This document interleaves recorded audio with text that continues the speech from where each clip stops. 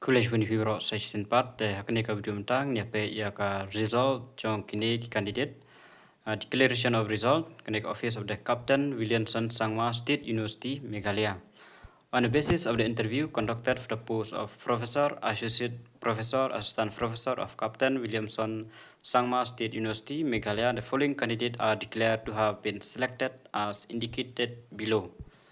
Namta ka subject social work, Dr. Lindsay Murray M. Sangma, Shri Randolph V. Langsti, Srimati Devi Barmar Nongrum. Political science, Dr. Ama Katchis H. Marak, wat Shri Eric Wan Lambok Sotun, Dr. Skem Borlen Walang. Namta commerce, Dr. Mriganka Chakraborty, Dr. Dan Agitok Sangma, Dr. Keife Heibormi Pasa. Education, Shri Deibormi Lingdo, Dr. Gitam Chetri, but Dr. Kanika Das. Anthropology, Dr. Chintu Sanju B. Marak, Dr.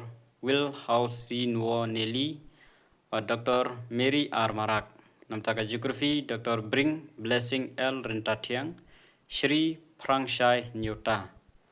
Namtaka Environmental Science, Dr. Aksana Nia C.H. Marak, Dr. Subhashish Das Gupta.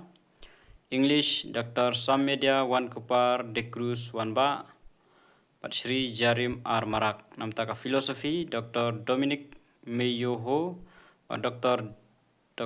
Tem Jen Kala Jamir, and Shri Stewart G. Mumin.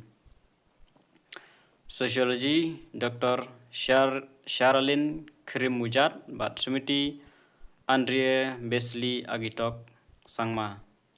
Economics, Dr. Eva Korlang Karkongor, Shri Adrian Kit Kuparlangsti, but Dr. Mridul Barman.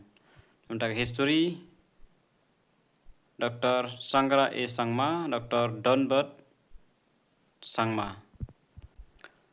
Assamese, Dr. Pori Kakoti, Namtaka Khasi, Srimati Phida Kentiulin Khongwir, but Srimati Glorious Dingdo.